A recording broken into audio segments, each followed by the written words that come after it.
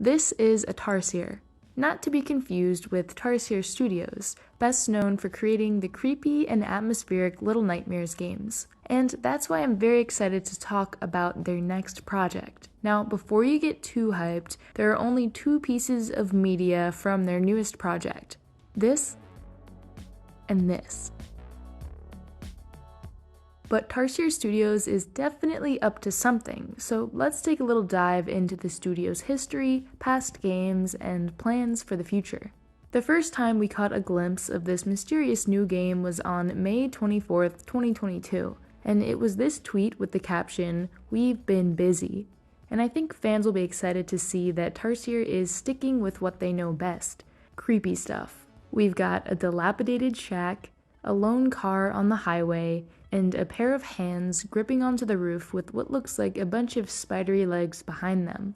I know it's not much to go off of, but it's proof that there's something in the works and that I'll probably have to play it with all my lights turned on, just like their other games. A month or so before this was posted, in April of last year, Jeff Keighley, the Game Awards guy, posted this image showcasing all the studios currently working on projects in Unreal Engine 5. And guess who makes an appearance?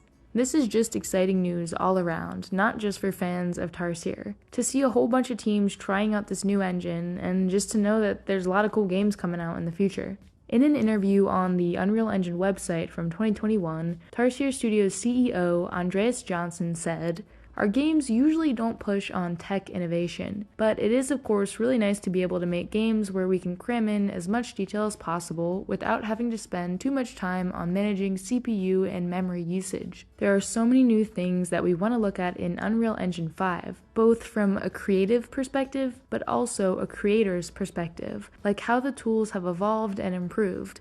And with the adoption of this new technology and some very successful games in their library, the studio is hiring and has a few openings posted on their site." Now, I showed you this image at the beginning of the video. This is the studio's banner on Twitter. Unfortunately, I don't know exactly when it was updated. An unknown figure has set up camp on a rocky beach, surrounded by smooth, towering cliffs.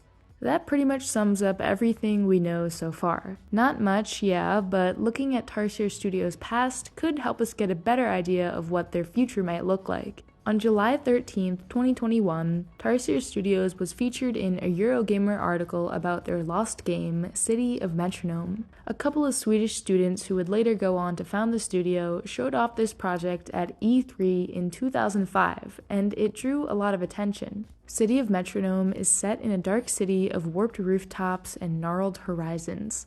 A place run by a malicious corporation and its mysterious world-building machine, powered by the souls of children. You play as a young train engineer's apprentice, whose routine obedience is challenged the day he meets a girl on one of his trains. She questions the world around her and begins to make you question it too. But you've never played City of Metronome, have you? That's because the game was never released. Bjorn Sunesson, one of the studio's founders, had this to say about their first project. "We were just fueled by a bit of naivety. What if we can create something that is the coolest gameplay in the best world and a super good story?" And obviously we had no idea how to do those things. Now you might be thinking, they just needed more time and more game development experience. Maybe they're finally working on it again. Unfortunately, that's not the case. City of Metronome, as the developers put it, is a part of their DNA, and we can absolutely see traces of it throughout their other work. Andreas Johnson puts it best. Little Nightmares is dark and warped and eerie, and a thematic continuation of Metronome if I ever saw one. So perhaps Metronome is better left in our memories, where it can live excitedly without restraint. It's not as though Tarsier has run out of ideas. It's currently working on new concepts, and I genuinely can't wait to see what they turn out to be. Perhaps some things, then, are better left in the past. So, this Swedish studio, made of roughly 70 people at the moment, is definitely not running short on ideas. They're just not quite ready to share them with us yet. Oh yeah, and they are working on more than one game right now. And with that, I think it's time to end this video. But I'll leave you with a quote from one of Tarsier's past job listings that I found in an article from Destructoid.